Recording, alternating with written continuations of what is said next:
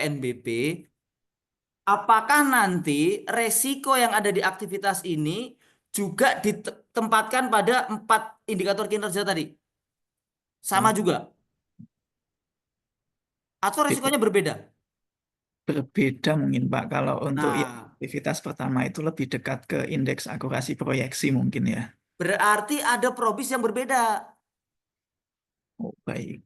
Nah, kalau ini kan aktivitasnya adalah menyampaikan rencana target dan pagu anggaran indikatif PNBP yang masuk ke dalam CFF 1103 pengelolaan PNBP dan BLU. Nah, nanti Pak Aldo diminta untuk nyusun risk register dari probis ini. Ketemulah satu aktivitas dua. Berarti nanti untuk menjawab ini semua supaya target tercapai, resikonya tidak terjadi, hanya ada 2 resiko. Berarti resiko tadi itu untuk mencegah supaya tidak terjadi agar targetnya 4 indikator tadi enggak. Betul Pak. Supaya targetnya tercapai begitu Pak ya. Berarti sama gitu ya. Berarti Bapak nulis 2 resiko untuk ini untuk empat indikator. Iya di Probis itu Pak. Karena mungkin indikator yang lain itu kenanya tidak di aktivitas menyampaikan rencana Oh target ya. dan pagu itu Pak, tapi yang sebelah kanannya mungkin bisa mendekati begitu Pak. Yang Yang mana? Yang mana? Berarti misalnya ini kan ada 4 indikator. Yang menyampaikan rencana target ini untuk yang mana? Indikator yang mana? menyampaikan rencana target mungkin lebih dekat ke indikator yang akurasi proyeksi pengeluaran Orasi. dan belanja itu. Padahal ini satu kesatuan ini sampai selesai. Ini diambil yang untuk sana gitu ya. Iya, Berarti untuk indikator kinerja satu, indikator kinerja dua melakukan rapat pembahasan gitu atau gimana? sebentar saya cek dulu Pak.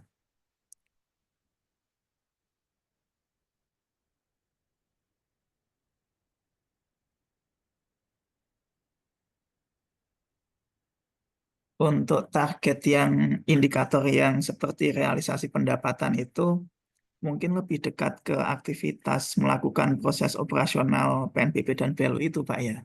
Sama mungkin seperti yang lain kan realisasi pendapatan juga, tapi di klaster dari aktivitas bisnis yang mana begitu, Pak. Misal yang dari optimalisasi aset, kemudian ada margin EBITDA itu kan juga tergantung di proses bisa 2 aktivitas juga Pak. Kalau yang margin EBITDA malah di perencanaan dan melakukan proses operasional PNBP dan BLU itu Pak. Padahal misalnya di indikator kinerja 2 menggunakan melakukan proses operasional PNBP dan BLU. Itu kan akan terjadi aktivitas melakukan proses operasional PNBP BLU jika dari sini itu berjalan dengan baik. Jadi artinya itu satu kesatuan, nyambung. Diawali dari sini, itu menyampaikan permintaan rencana target, diakhiri sampai sini. Nah, Bapak tadi diputus-putus, jadinya nggak ketemu, jadinya probisnya ini pecah-pecah jadinya. Padahal probis itu adalah rangkaian dari in sampai out, nggak bisa pisah-pisah. Berarti bisa dimungkinkan probisnya ada yang kurang. Yang ini adalah untuk probis IKK berapa? Full. Nah, probis yang satunya berarti belum ada gitu. Nah, itulah yang kemarin bulan November kita eh, apa namanya membahas, dan itu juga sebenarnya sudah disampaikan ke para UPT untuk segera melengkapi. Salah satu contohnya ada yang tadi juga masalah perspektif dari stakeholder. Itu ternyata probis pelayanan kepuasan pelanggan nggak ada. Nah, ini tugasnya Pak Aldo. Jadi Pak Aldo ini menggunakan satu probis dipas-pasin untuk 4 indikator. Bisa jadi ini hanya untuk satu indikator. Ada 4 tadi kan, tapi yang 3 tadi harus membuat probis baru. Jadi nggak bisa satu probis dipecah-pecah. Kenapa? Menyampaikan rencana target dan pagu untuk mencapai targetnya indikator satu. menyusun draft surat untuk mencapai indikator 2. Terus kemudian di sini melakukan proses operasional indikator 3. Sepertinya nggak begitu probisnya. Jadi ini satu satu probis terus dari in sampai out. Nah, itu untuk menjawab target indikator kinerja yang mana? Untuk menjawab tujuan organisasi yang mana? Kalau sampean ngambil satu parsial gini, nggak bisa menjawab indikatornya karena ini adalah orang kalau sudah ke aktivitas menyampaikan laporan proses operasional PNBP dan BLU yang di ujung sini itu harus melakukan proses operasional PNBP dan BLU.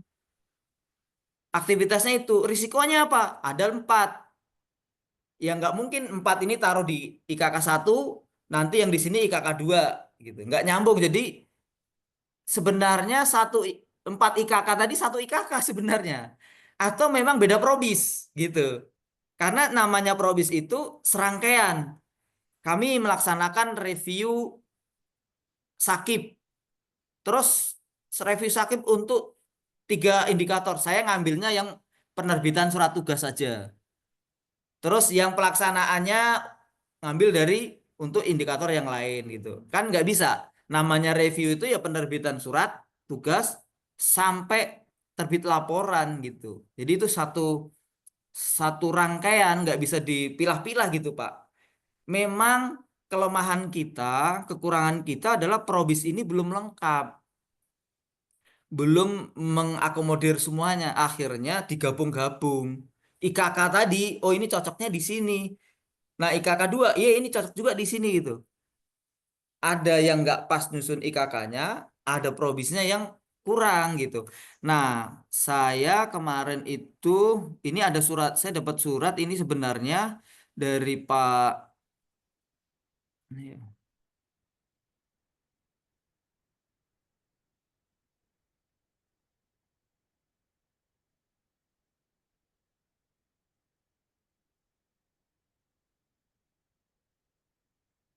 dari Pak Sesbadan ya,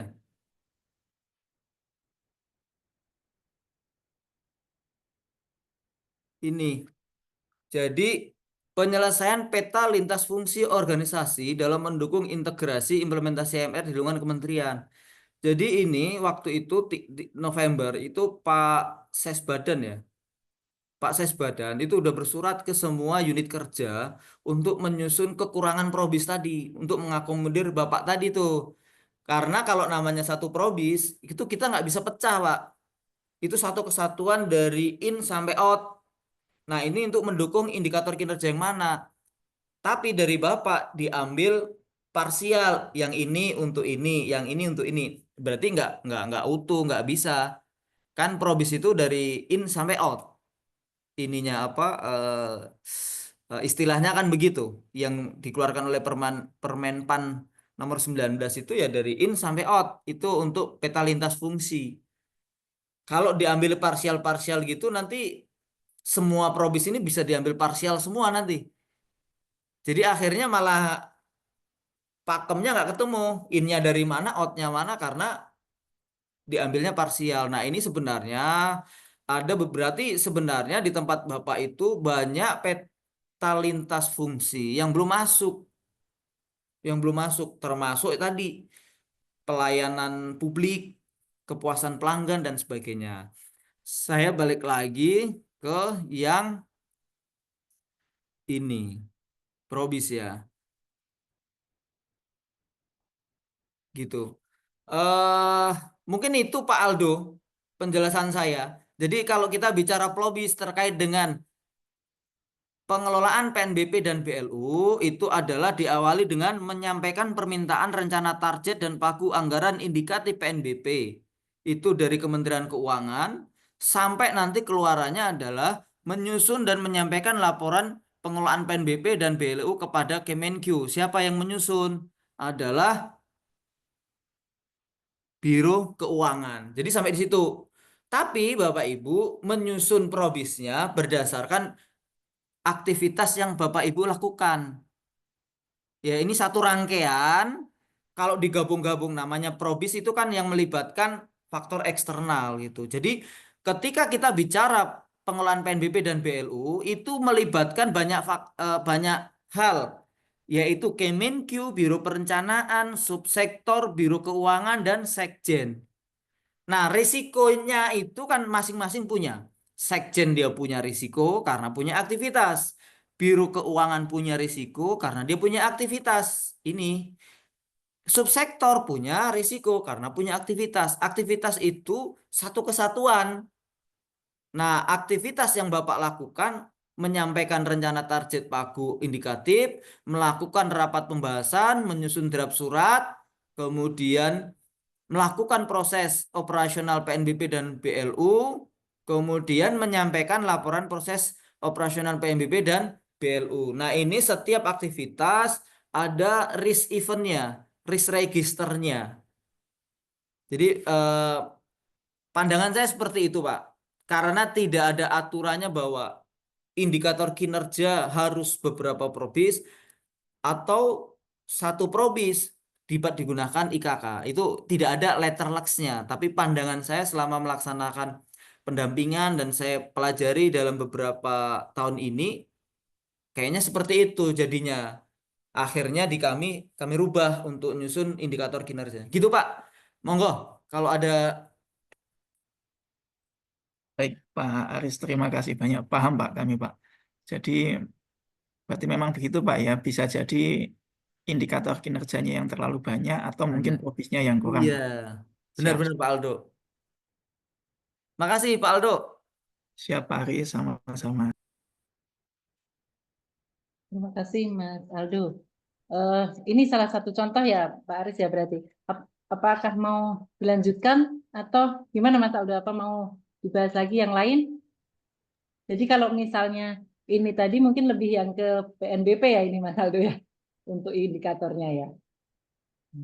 Jadi izin Pak Aris. Jadi memang sepertinya banyak PR ini kan semua mewakili BLU semua seperti ini ya Pak Aris ya. Jadi Ye, dimungkinkan memang kita kurang probis ya Pak.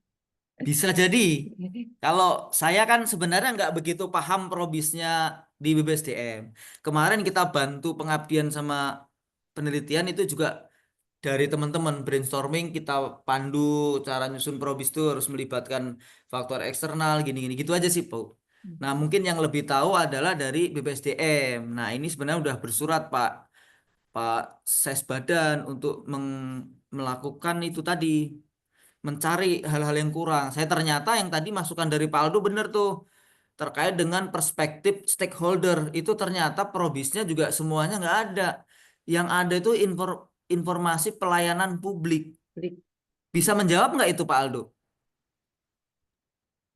Eh, harus lihat itunya dulu, Pak, petanya. Heeh. Ya, yang ada cuman itu. Nah, mungkin nanti berarti sebenarnya masih banyak lagi ya yang untuk proses apa peta lintas gitu, Bu. Gitu, Pak. Betul. Jadi memang mungkin Bapak Ibu jadi tadi sudah jelas ya mudah-mudahan dengan contoh satu ini kita mulai jelas ya bahwa tadi yang utama yang perlu kita perhatikan bahwa probis ini dari in sampai out itu satu kesatuan ya Satu harus ya satuan. satu rangkaian yang tidak Satu bisa rangkaiannya. dipisahkan. Jadi ini bagian dari aktivitas yang di dalam aktivitas untuk mencapai target kinerja tadi di dalam sini di dalam setiap rangkaian ini ada risiko yang mungkin bisa kita identifikasi, begitu ya Pak. Jadi dari probis ini pun kita bisa uh, meregister mungkin beberapa risiko ya dari setiap tahapan Iya, tadi. iya benar, Benar Bu. ya Pak, gitu ya. Benar. Oke, baik. Kalau misalnya ini satu aktivitas ada dua, berarti udah ada 10 risk Ya, register. betul, betul, betul. Jadi bisa ini untuk mencapai satu target pastinya kan, seluruh probis ini kan, Iya, untuk mencapai satu mendukung. target kinerja. Eh, Bapak Ibu boleh loh dari UPT atau BLU yang lain kalau mau komen atau bertanya, monggo. Ini kita diskusi biar nggak ngantuk kalau sore-sore. Izin Pak Aris mungkin boleh urun pendapat Pak. Ya, Monggo, Pak Iya, Sony. jadi kebetulan karena saya udah cukup lama di BPSDM, udah pernah berapa kali masuk ke BLU ya. Jadi BLU ini kan punya kekhususan bahwa dia punya KPI yang tambahan selain dari PK-nya Kemenhub. terikat dengan Kementerian Keuangan. Nah, kalau kami lihat dari CFM yang ada ini kan adalah peta subproses level 2 ya, probisnya ya. Jadi ini adalah secara general pengelolaan PNBP dan BLU. Saran kami sih sebaiknya dibikin level 3, jadi probis yang khusus untuk PNBP BLU. Karena di sana itu ada pendapatan dan pengeluaran. Kan tadi kita lihat juga di dalam KPI-nya itu kan ada pendapatan dari BMN, terus kemudian ada pendapatan dari jasa layanan utama. Jadi itu bisa dipisah tuh, jadi dibikin probis-probis tersendiri, level 3, sehingga nanti untuk mappingnya mudah gitu sih, kalau saran dari kami.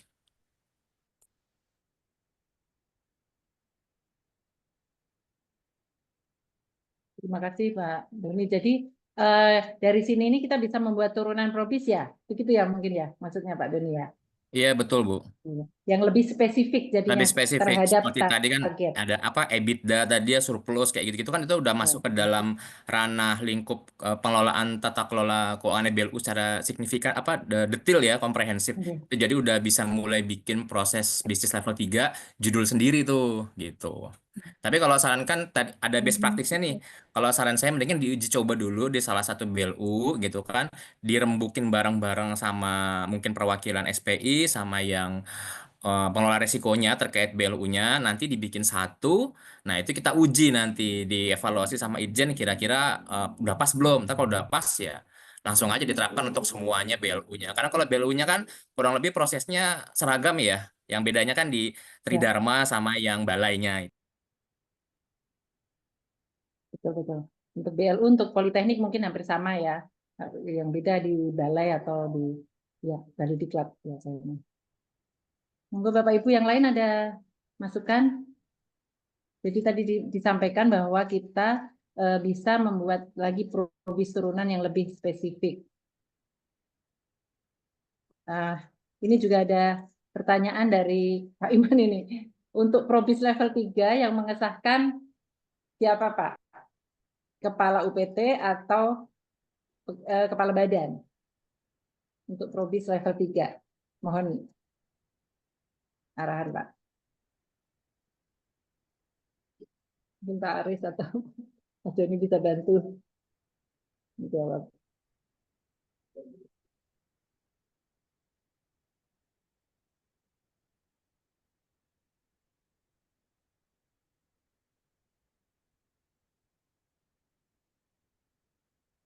Baik, Bu. Jadi kita kalau mengacu ke PM 53 tahun 2023 itu semua peta proses, peta subproses, peta relasi, dan peta lintas fungsi itu ditetapkan oleh Pak Menteri Perhubungan.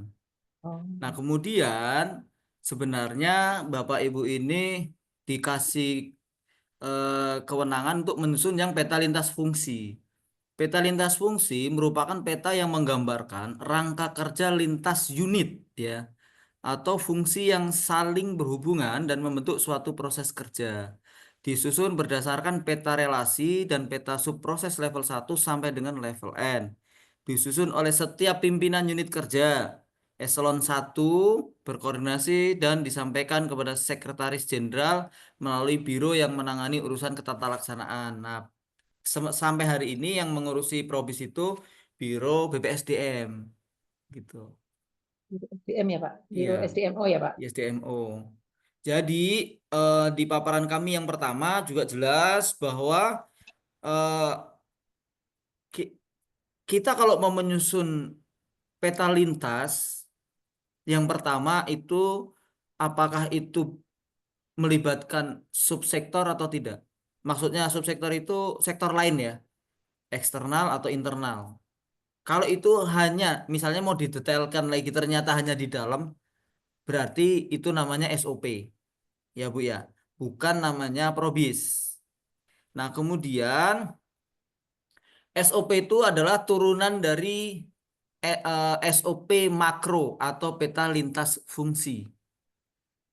Ya, karena di sini kalau kita lihat sebenarnya juga sudah tergambar terkait dengan pengelolaan apa ini PNBP tadi ya, PNBP dan BLU. Nah ini nanti bisa diskusikan dengan Biro SDMO. Jangan-jangan nanti setelah Ibu detailkan, ternyata itu SOP jadinya. ya kan? Bukan peta lintas fungsi, karena hanya di dalamnya saja. Ya, intinya jangan sampai cross dengan CFM-nya ini, ternyata sama ya sama pakai satu aja di di konsep aja. Terus kemudian ternyata begitu didetailkan lagi ternyata jadinya SOP. Ya nggak bisa dinamakan peta lintas fungsi karena tidak melibatkan sektor lain. Ya Bu ya. Nah pertanyaan Ibu tadi bagaimana terkait dengan peta lintas fungsi? Peta lintas fungsi, peta proses, peta lintas, dan peta subproses semua ditetapkan oleh Menteri Perhubungan.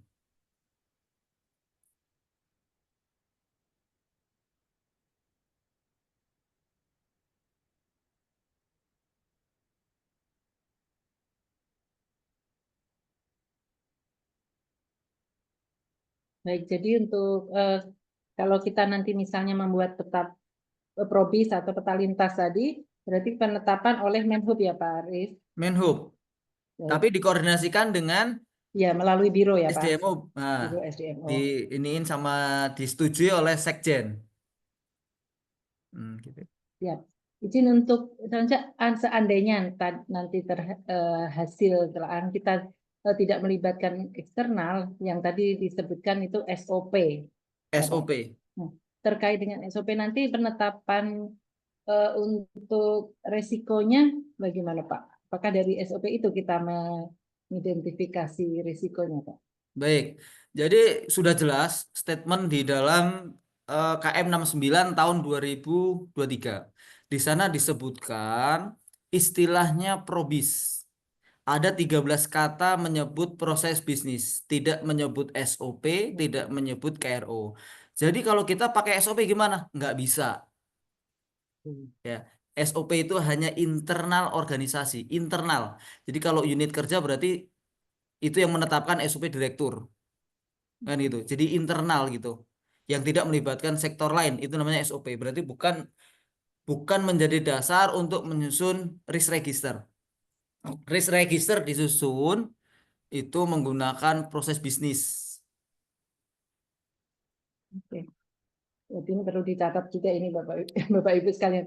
Jadi untuk kita penentuan penyusunan identifikasi risiko itu berdasarkan probis. Berarti Probis. dalam arti bahwa probis itu harus dalam probis itu yang melibatkan eksternal gitu ya Pak ya.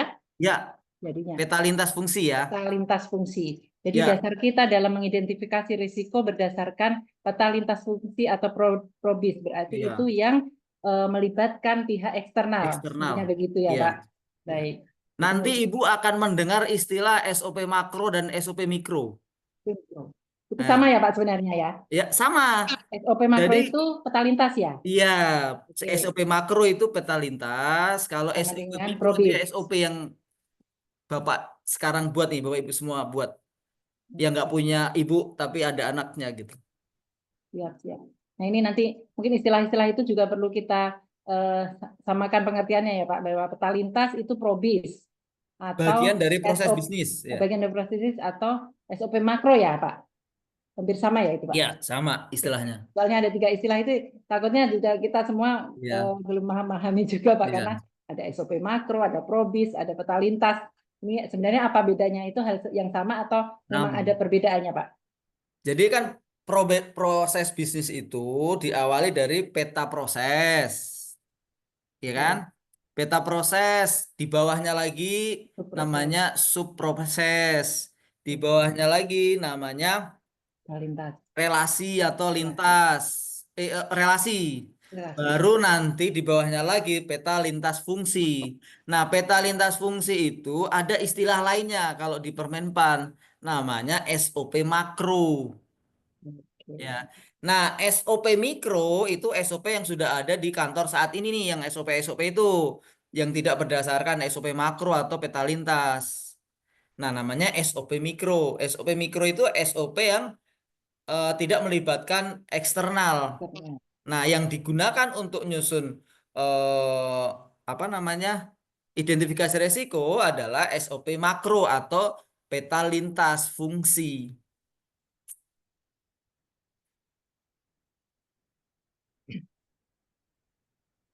Baik.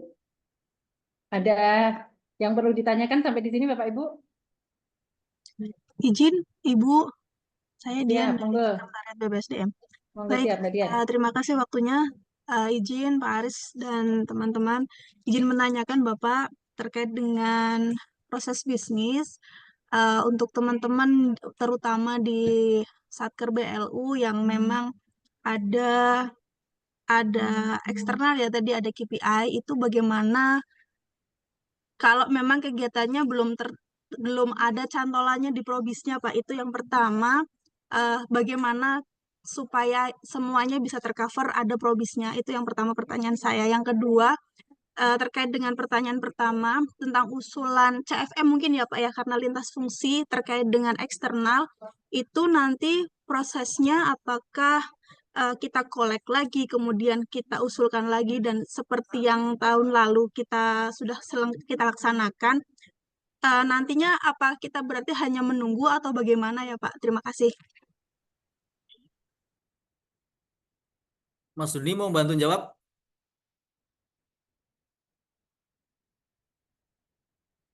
Pas dulu, Pak. Gini, kalau yang belum ada, tadi di awal kita udah sampaikan bahwa risiko sudah ada sekarang, udah melekat di Bapak. Bapak Ibu semua sudah ada aktivitasnya, sudah ada, risikonya sudah ada gitu ya. Kalau kita pakai prosedural, itu ya diusulin dulu, disahkan, di pembahasan bersama dengan Biro, disetujui oleh Sekjen, kemudian disahkan oleh Pak Menteri, itu prosedural. Tapi waktu bulan November itu sebenarnya udah dikasih kesempatan. Monggo aja kalau yang sifatnya ini disahkan dulu aja oleh Sesbadan. Ya toh sebenarnya aktivitas itu sudah ada gitu loh. Ini kan hanya untuk modal kita membantu menyusun identifikasi resiko di dalam MR. Nanti dikasih kode sendiri sambil Bapak Ibu semuanya mengusulkan, berkoordinasi dengan biro, berproses karena merubah merubah persetujuan atau penetapan oleh Pak Menteri itu kan prosesnya agak lama gitu. Sedangkan aktivitas sudah Bapak Ibu laksanakan. Resiko itu gimana? Ya sudah melekat gitu loh. Nah, apakah kita abaikan? Ya jangan kalau bisa gitu. Nah, kalau hal seperti itu untuk mengakomodir semuanya, Bapak Ibu bisa inventarisir dulu tuh. Inventarisir semuanya, panggil biro kepegawaian, biro umum, biro kepegawaian ya, yang membidangi ini ya, SDMO. Diajak diskusi menyusun peta lintas yang seharusnya sebenarnya udah jadi gitu. Tapi kan kemarin dari ini belum ada aksi kan. Disusun dulu, setelah itu untuk mempercepat proses sesegera mungkin disahkan oleh Pak Sesbadan sehingga dipakai dulu baru prosedurnya berjalan. Kalau kita nunggu prosedur selesai bisa setahun depan. Lah terus registernya gimana? Masuk enggak? Lah kan repot kalau nggak masuk. Padahal itu resiko tinggi. Beresiko tinggi kok kepada organisasi dan kepada kantor pusatnya. Nah, kalau saya secara letter luck sih nggak ada. Kalau letter lucknya kalau Ibu baca PM 53 tahun dulu prosedurnya itu harus harus saya baca ini satu-satu ya prosedurnya itu. Jadi kalau Bapak Ibu mau menyusun peta lintas fungsi itu harus disusun oleh setiap pimpinan unit kerja eselon 1. Jadi Bapak Ibu semua membuat mapping probis mana aja yang belum, kemudian disusun. Eselon 1 berarti kan BPSDM ya, eh, Kepala BPSDM, dan berkoordinasi dengan dan disampaikan kepada Sekjen melalui biro yang menangani utusan ketelaksanaan. Kita bisa memangkas prosedur itu, tinggal sampean membuat peta, dibuat, kemudian disahkan dulu oleh Pak Sesbadan atau Pak Kepala itu sambil berproses ke sananya untuk masuk ke dalam penetapan yang baru gitu. Karena di PM bunyinya gitu. Semua peta proses, peta subproses, peta relasi, dan peta lintas fungsi ditetapkan oleh Pak Menteri. Untuk mengisi kekosongan, seyogianya sih segera ditetapkan oleh Pak Sesbadan atau Pak Kepala sih, sambil menunggu koordinasi selesai. Baik, Bapak berarti artinya uh, Kepala BPSDM mengeluarkan semacam SK seperti itu ya Pak? Iya, Yang iya, seperti SK tentang probis apa ya iya. Pak istilahnya namanya sementara atau usulan Sementara, mungkin iya, seperti itu ya Pak? iya, Baik, dan itu bisa digunakan Satker UPT di bawahnya bisa, untuk menentukan bisa, registernya seperti itu ya Pak. bisa. Karena nanti kalau tidak ada cantolan dari kegiatan-kegiatan itu ke probisnya, nanti tidak bisa muncul risiko, nanti tidak bisa dinilai juga maturitasnya Iya, seperti itu Pak ya. benar. Iya, Baik, baik, iya, terima kasih Pak. iya. Syukur-syukur nanti sebelum pengesahan Pak Kepalanya koordinasi dengan biro. Pak, ini untuk mempercepat proses. Paling dia nanti akan balik loh, kan dulu udah disepakati suruh segera nyusun gitu.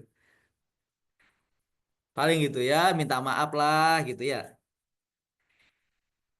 Oke, gitu. Siap. Terima kasih Pak. Ada Berarti tambahan PR Mas Doni? Mas Doni ada tambahan? Izin Pak, tadi nyambung yang ke BLU ya tadi Pak ya, yang terkait dengan KPI-nya. Jadi kalau tadi saya coba dalamin lagi Pak, bahwa eksternalnya mereka kan di sini kan Kemenko ya Pak ya. Mungkin bisa Ya. ditambahin juga kan salah satunya itu adalah masyarakat atau pengguna jasanya ya Pak ya. Jadi sepertinya sih udah bisa bikin probis yang level 3-nya Pak. Gimana Pak Aris? Istilahnya sih level N ya, monggo aja kalau mau di karena kan mereka jadi kan tadi kasusnya kan gini, bisa saja indikator kinerjanya itu terlalu banyak tidak mengakomodir probis, tapi bisa saja indikatornya ada, probisnya dipas-pasin gitu. Nah, yang lebih tahu kan di tempat Bapak Ibu nih untuk mencapai target atau tujuan organisasi yang tertuang dalam PK indikator kinerja tadi, apa probisnya? Oh, ternyata ini. Nah, ini tuh nggak ada, ya dibuat, dikonsepkan, disampaikan untuk koordinasi ke Biro SDMO.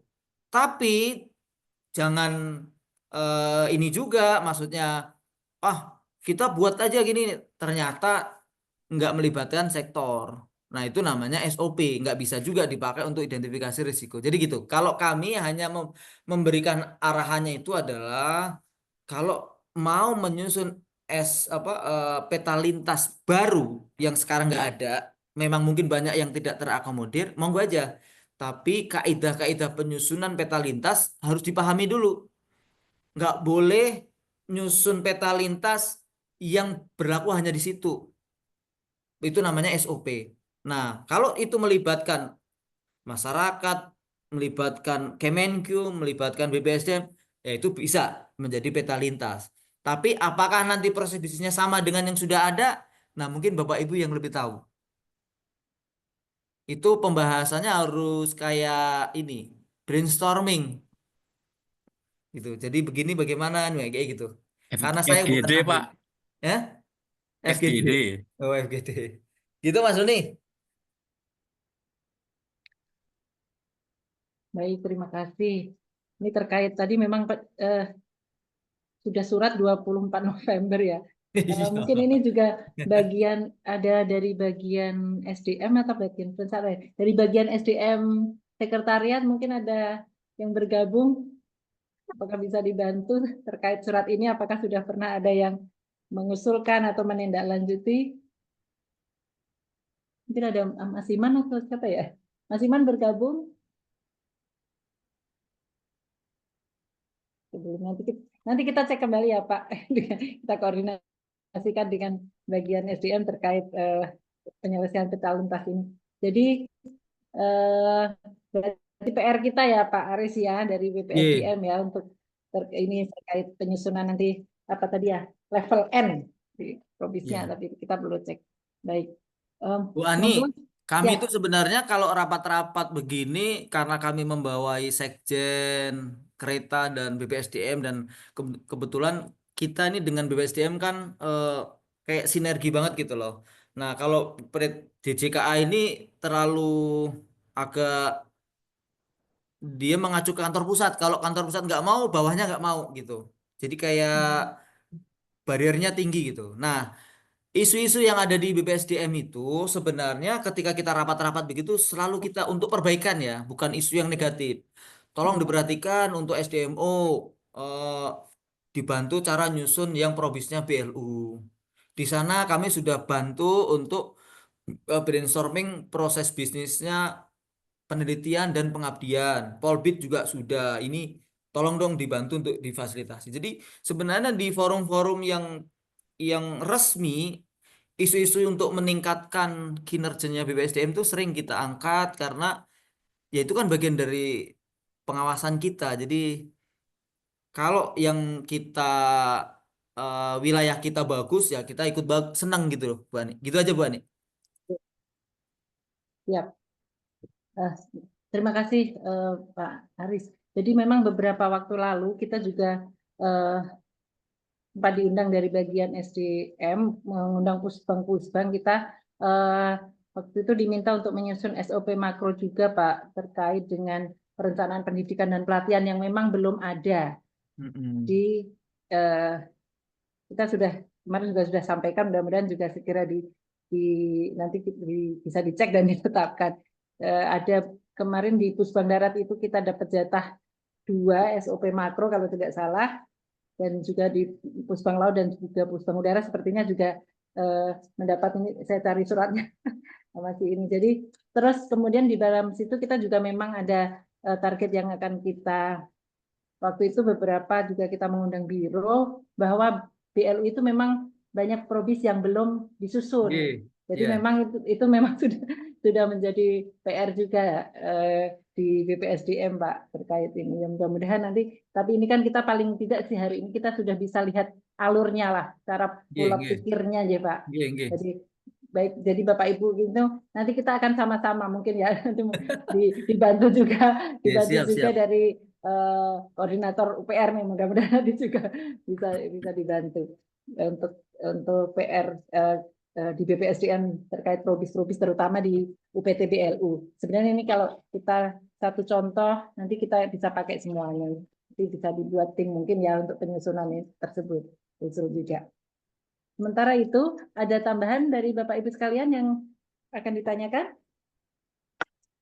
Atau sementara ada materi yang mau disampaikan Pak Aris?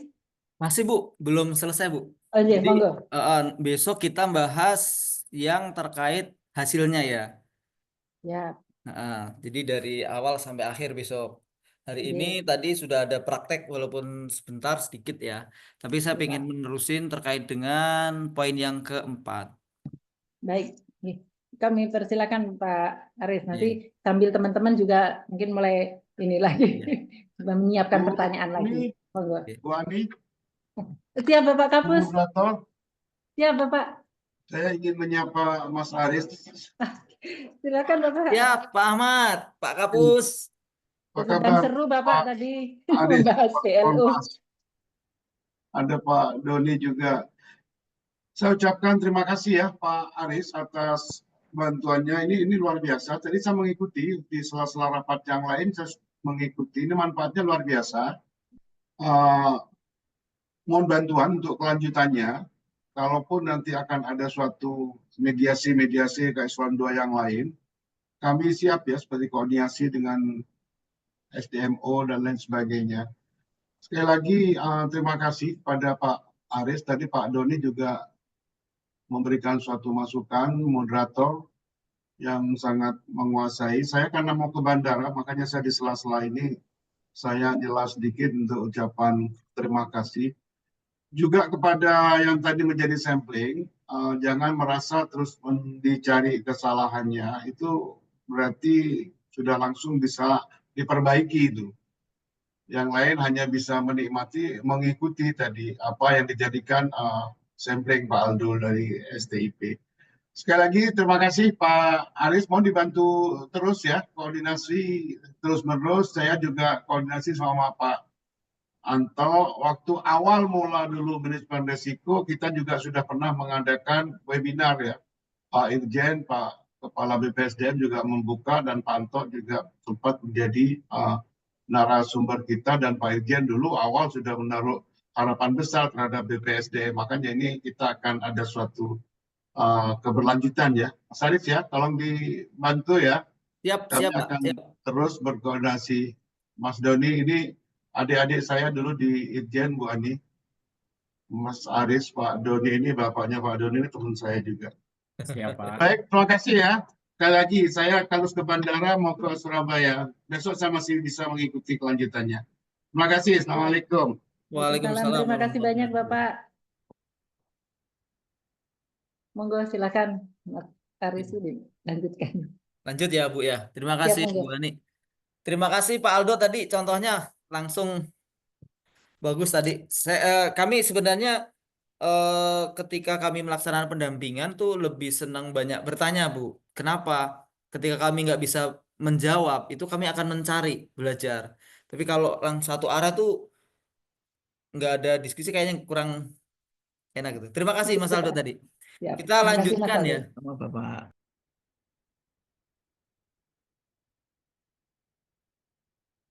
Udah terlihat ya Bu yang 4 penilaian maturitas ya Bu. Sampun, monggo Pak. Nih.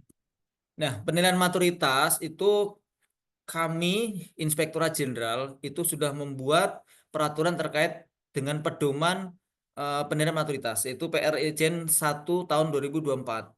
Nah, di sana ada bagaimana tata cara kita melakukan penilaian maturitas.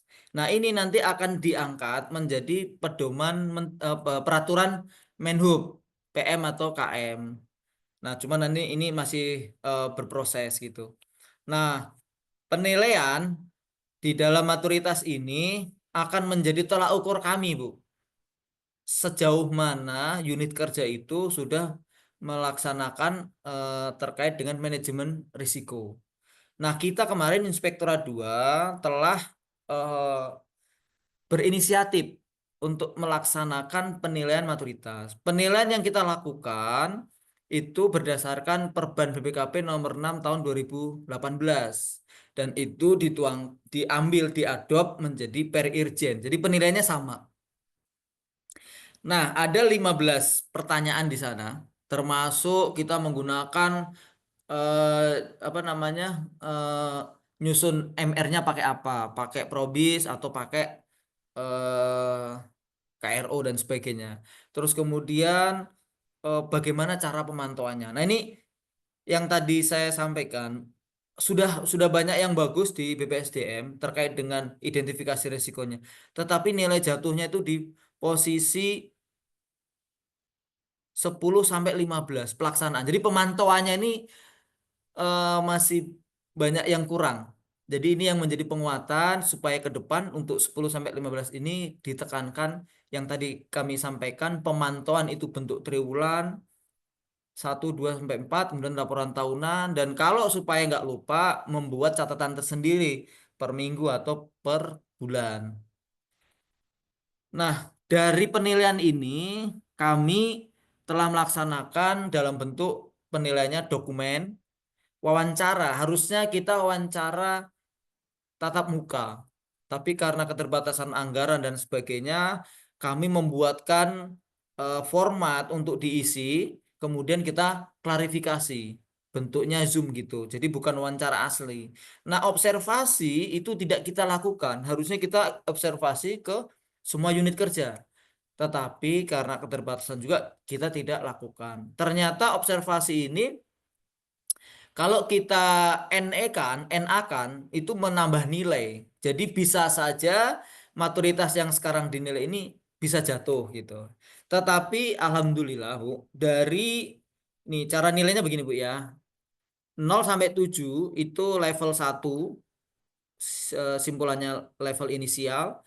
Kemudian level 2-nya 8 sampai 14, 3-nya 15 sampai 20, 4 level 4 21 sampai 25, level 5 26 sampai 30. Jadi setiap 15 pertanyaan ini, 15 item ini itu nilainya satu itemnya 2. Jadi 30 totalnya.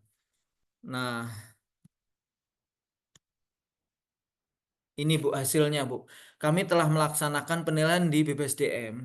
Itu level 3-nya tuh 15 unit kerja. Berarti udah setengah Bu. Udah luar biasa nih. Level 2-nya itu 16 unit kerja. Level 1-nya hanya 1 unit kerja. Nah, level 2-nya ini kebanyakan jatuhnya di pemantauan. Laporan triwulanannya gitu. Jadi laporan triwulanannya itu kayak seolah-olah hanya ya udahlah tanda tangan aja kayak formalitas atau bahkan nggak ada laporannya gitu. Nah, ini mungkin ke depan bisa ditingkatkan lagi. Ini hanya sebagai informasi saja. Nanti kalau kami kan lagi ini diskusi ke Pak Inspektur. Kami rencana mau bersurat ke semua unit kerja, itu mau satu surat untuk lampirannya banyak ke unit kerja sehingga nilainya dibaca semua unit kerja atau per satu-satu. Ini kami lagi diskusikan. Jadi nanti kami akan bersurat ke unit kerja. Ini tujuannya kan bukan menjatuhkan, bukan nggak ada niat negatif, tapi kami niatnya positif adalah kami akan bersurat ke unit kerja satu per satu beserta nilainya dan beserta catatannya yang untuk dilakukan perbaikan. Tapi ada lagi pendapat, kalau kita bersurat satu dengan sekian banyak UPT harus dicantumkan nilainya, itu juga bagus, memotivasi gitu lah. Nah, ini masih apa mau, jadi artinya nanti kalau dalam surat itu UPTA bisa lihat UPTB, UPTB bisa lihat UPTC gitu. Itu juga bisa motivasi Mas Haris gitu. Tapi kan kasihan Pak, nanti ini nilainya. Nah, ini lagi didiskusikan. Mudah-mudahan dalam waktu dekat bisa. Kalau saya pribadi maunya kan ini untuk perbaikan. Jadi eh, ke per unit kerja, kertas kerjanya apa, nilainya berapa untuk lakukan perbaikan, gitu sih. Jadi terima kasih apresiasi untuk BPSDM udah setengah yang level 3. Nah, di dalam penilaian itu catatannya seperti ini, Bu. Ada banyak nih. Sudah menggunakan probis, namun beberapa probis hanya memiliki satu risiko. Kemudian beberapa probis pertama belum memiliki minimal 3 penyataan risiko. Terdapat unit kerja yang belum melengkapi form 9 sampai 21. Ini berarti bicara pemantauan, Bu, yang tadi kita sampaikan. Pemantauan triwulanan. Nah, ini ada yang adanya ada-adaan, ada yang nggak ada gitu. Nggak apa-apa untuk perbaikan. Kemudian identifikasi sampai ke 17. Penerapan manajemen risiko belum dijadikan sebagai dasar penilaian kinerja pimpinan atau manajemen.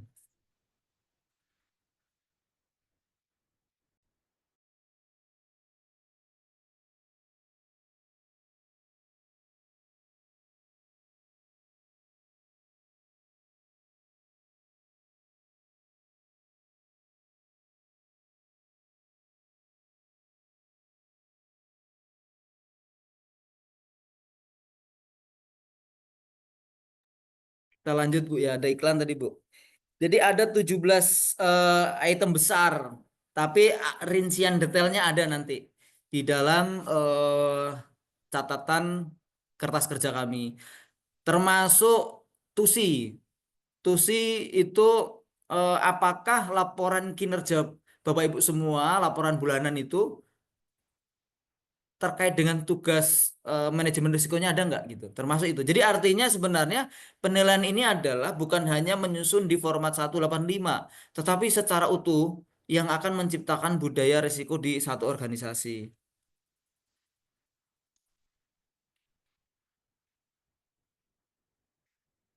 Ini saran-saran kami menyusun dan menetapkan SK Risk Appetite sampai menjadikan penerapan manajemen risiko sebagai dasar penilaian kinerja.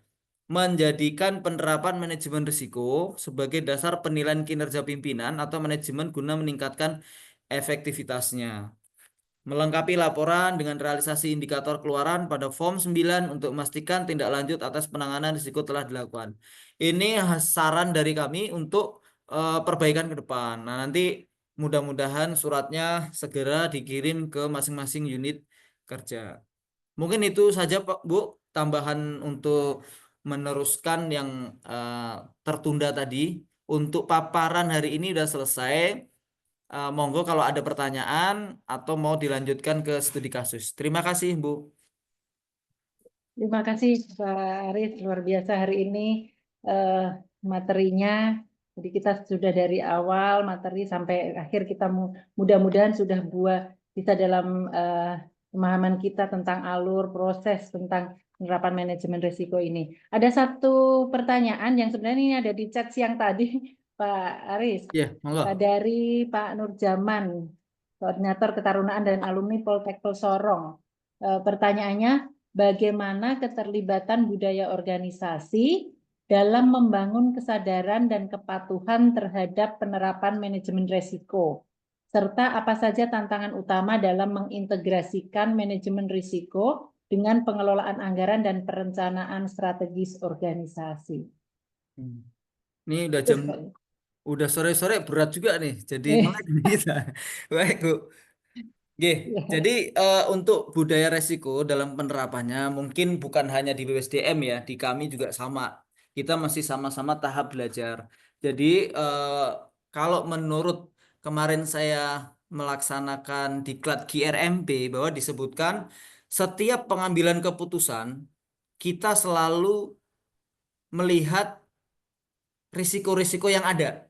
Contoh kalau kami dalam ingin melaksanakan review gitu ya, revisi anggaran lah atau review apa gitu. Kita sudah tahu tuh risiko-risiko itu sudah kita pakai. Nah, risikonya kalau kita mau melaksanakan review, risikonya A, B, C, D. Sebelum melaksanakan tuh, Bu. Kalau kita ingin membudayakan risiko ya. Kemudian pengendaliannya apa? Sebelum kita melaksanakan kegiatan itu, apakah pengendaliannya ini sudah ada semua? Dari peraturan sampai ke hal-hal yang teknis ataupun non teknis yang sudah dimasukkan ke dalam format 5 pengendaliannya. Jadi makanya Bapak Ibu kalau kita mau menulis, mau bersama-sama komitmen untuk membudayakan risiko, kita tidak hanya saja menulis di dalam pengendalian di format 5 ataupun di penanganan. Artinya, udahlah kita tulis aja gugur. Jangan. Karena nanti itu akan dijadikan acuan pada saat kita melaksanakan apapun namanya probis itu. Mau audit, mau review, kalau di kami ya, ada monitoring atau evaluasi, kami akan baca kalau membudayakan. Juga halnya teman-teman di kami belum semuanya seperti itu. Nanti di tempat Bapak Ibu, kalau sudah seperti itu, alangkah bagusnya. Jadi ketika mau melakukan penerimaan taruna, kita sudah baca. Ketika mau menerima taruna, risikonya A, B, C, D, E, F, G. Pengendaliannya apa? A, B, C. Nah, pengendalian ini dijalankan nggak? Pengendaliannya harus ada ini. Jalan nggak? Jalan Pak, ini. Nggak ada Pak duitnya. Oke, kalau nggak ada duitnya berarti terkendala. Itu kalau kita mau membudayakan. Jadi setiap kita melaksanakan proses bisnis, kita melihat risikonya apa saja, pengendaliannya sudah dijalankan atau belum, atau bahkan perlu penanganan. Ternyata penanganannya itu masih bulan depan, tapi risikonya melekat.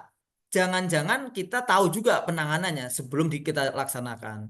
Jadi setiap kita melaksanakan proses bisnis, kita sudah tahu risikonya. Nggak harus dipikir risikonya apa ya. Tinggal dibuka aja identifikasi risikonya. Kan sudah disusun sama Bapak Ibu semuanya. Nah kan udah disusun, tinggal dibuka buku identifikasi risikonya, pengendaliannya, dan penanganannya. Itu kalau kita ingin membudayakan. Jadi setiap langkah apapun kegiatannya kita sudah berpikir risiko. Itu sebenarnya kita secara bawah sadar kita sudah melaksanakan. Kita mau ke sana, aduh nanti hujan nih, resikonya apa ya? Itu sebenarnya secara tidak sadar kita sudah berpikir itu, cuman tidak terstruktur. Nah ini kita buat struktur, terdokumentasi, dan dilaksanakan. Itu menjawab yang pertama. Yang kedua terkait dengan bagaimana resiko ke dalam penganggaran. Di depan tadi sudah kami jelaskan bahwa saat ini teman-teman saya pikir di semua unit kerja, kalau kita review RKKL gitu, itu teman-teman semua unit kerja, namanya penganggaran itu selalu berbicara proses bisnis saja. Ya, contoh kami melaksanakan audit. Kami akan menganggarkan hanya auditnya saja. Berapa sih anggaran pelaksanaan audit? Berarti kan proses bisnis audit. Berapa perjadian, berapa orang, pelaksanaannya bagaimana? Hanya berhenti di situ. Proses bisnis. Jangan lupa, padahal kalau kita bicara anggaran berbasis risiko, kita harus memikirkan risikonya juga. Kalau kita audit risikonya apa? Nah, bagaimana menghitung penganggarannya? Dilihat dari pengendaliannya. Di dalam pengendalian tadi butuh duit nggak? Kalau hanya di dalam pengendalian itu hanya aturan, diskusi peraturan yang sudah ada yang nggak perlu dianggarkan. Tetapi kalau seandainya di dalam pengendaliannya butuh anggaran, misalnya ada kami resiko ini apa sakit dalam apa namanya audit atau mungkin kecelakaan kerja. Kalau auditor itu kan kadang-kadang naik perahu, naik pesawat yang jauh dari jangkauan. Nah, itu kan risiko. Risiko itu udah tertuang belum pengendaliannya gitu. Nah, di pengendalian tadi butuh penganggaran nggak? Misalnya butuh asuransi. Nah, asuransi sekarang adanya BPJS. BPJS nanggung nggak? Kalau nggak nanggung ya nggak bisa. Ternyata nggak nanggung. Harusnya pakai apa? Asuransi misalnya prudensial atau asuransi kecelakaan kerja. Tetapi apakah negara nanggung? Iya kan? Nah, artinya itu hanya sebatas menjadi pengendalian, catatan pengendalian. Tidak bisa dianggarkan karena terbentur terhadap aturan dan sebagainya. Nah, seperti halnya di tempat Bapak Ibu. Kalau seandainya ada risiko, kemudian sudah ada pengendaliannya, dilihat di kolom pengendalian tadi. Apakah sudah dianggarkan belum? Kalau belum, anggarkan. Oke. Kalau dengan pengendalian yang ada masih kurang, berarti dilakukan penanganan. Kan gitu ya. Nah, penanganannya tadi dianggarkan nggak? Kalau nggak dianggarkan, ya nggak dilaksanakan. Kan gitu. Berarti kalau Bapak bicara penganggaran berbasis risiko adalah yang pertama Bapak Ibu harus memikirkan proses bisnisnya, ditambah pengendalian, ditambah anggaran penanganan. Kalau memang pengendalian dan penanganan butuh anggaran. Jadi ada 3 Bapak Ibu ya. Itu cara mengaitkan bagaimana kita menggunakan resiko dalam penganggaran. Itu jawaban dari saya. Terima kasih Bu. Terima kasih, mudah-mudahan jelas ya Bapak Ibu bagaimana tadi membangun budaya resiko bahwa di semua unit sudah bisa membaca lah apa yang sudah dibuat ya resiko-resikonya, bagaimana cara mengendalikannya itu sudah menjadi hal yang apa ya baku dalam setiap pelaksanaan tugas. Itu harapannya ya Pak, untuk pembudayaan resiko dan tadi integrasi dalam penganggaran kita bisa lihat dalam resiko yang ada, gimana rencana tindak penanganannya, apakah perlu anggaran apa tidak, mungkin urutannya begitu ya untuk integrasi di antara resiko ini dengan penganggaran tadi integrasi. Baik Bapak Ibu, luar biasa hari ini. Sepertinya sudah jam 3. Kalau ada pertanyaan mungkin bisa kita lanjutkan besok pagi. Untuk agenda besok kita akan belajar lagi mengenai kalau dalam rundown ini ya, pemahaman analisis dan evaluasi risiko. Dan mungkin besok kami harapkan juga akan lebih banyak diskusi dan praktek ya Pak Aris ya, simulasi kami harapkan. Karena akan lebih jelas, mudah-mudahan besok ada yang volunteer mau langsung mensimulasikan bagaimana menganalisis risiko, mengevaluasi risiko. Dan besok akan lebih banyak praktek kita harapkan ya Bapak Ibu sekalian. Jadi untuk hari ini mungkin kita cukupkan dulu ya Pak Aris. Saya secara pribadi dan juga panitia mengucapkan terima kasih banyak untuk hari ini, untuk Pak Aris, Wijayanto Aris ya, dan tim dari Inspektorat 2 juga, Mas Doni, yang sudah luar biasa memberikan kami pencerahan mengenai manajemen risiko. Mudah-mudahan tadi PR yang kami catat ya, bahwa BPSDM masih perlu banyak PR ini, terutama dari BLU terkait penyusunan probis yang belum ada. Mudah-mudahan setelah ini kita sama-sama nanti akan targetkan untuk probis-probis baru yang belum tersusun. Kemudian tadi kita sudah belajar banyak tentang ruang lingkup manajemen risiko, infrastruktur manajemen risiko, proses manajemen risiko, dan bahkan tadi kita sudah banyak diskusi mengenai bagaimana mengidentifikasi risiko juga. Besok akan kita lanjutkan lagi untuk materi-materi selanjutnya. Baik Bapak Ibu sekalian, mungkin untuk hari ini sesi kita cukupkan sekian, dan Kami mengucapkan terima kasih sekali lagi untuk narasumber dan juga Bapak Ibu yang sudah dari pagi hingga sore hari ini bergabung bersama-sama kita belajar mengenai manajemen risiko. Siang hari makan kuaci, makan bareng kawan terkasih. Cukup sekian acara hari ini. Saya ucapkan banyak terima kasih. Terima kasih sekali lagi Bapak Ibu Terima sekalian. Saya akhiri acara Terima kita hari ini.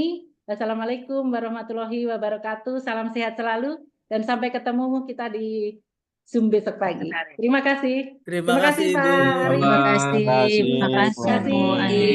Terima Terima kasih Bu Ani. Pantunnya cakep. Terima kasih Bu Esti. Terima kasih Mas Iman. Terima kasih Bu Ani. Terima kasih Bapak Ibu semuanya. Kami izin live dulu ya. Terima kasih Mas Aris, Mas Doni, dan teman-teman di Terima ITIN. kasih Pak Aris, Mas Doni. Oh, Pak Yogi. Ya, Terima kasih. Saya izin keluar dulu ya Bapak Ibu semuanya. Monggo Oke. Pak Aris, terima kasih Sudah. banyak. Sampai Oke. ketemu lagi besok.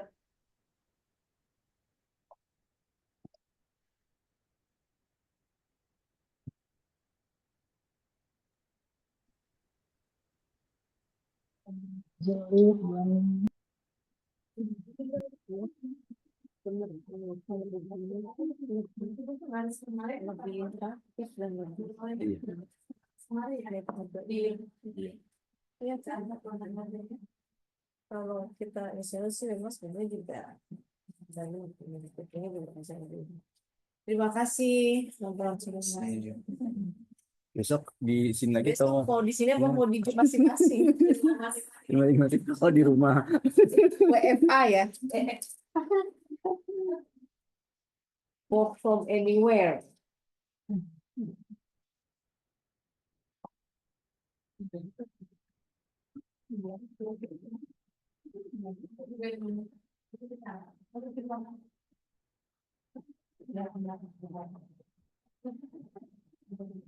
Bu Rikma, Bu Rima. itu kan yang di aparatur rencana itu yang meredesain ASN ya untuk Kayaknya lanjut diskusi deh itu deh. ASN-nya kan. Di Pusbang Laut lanjut diskusi ya. Ya kan?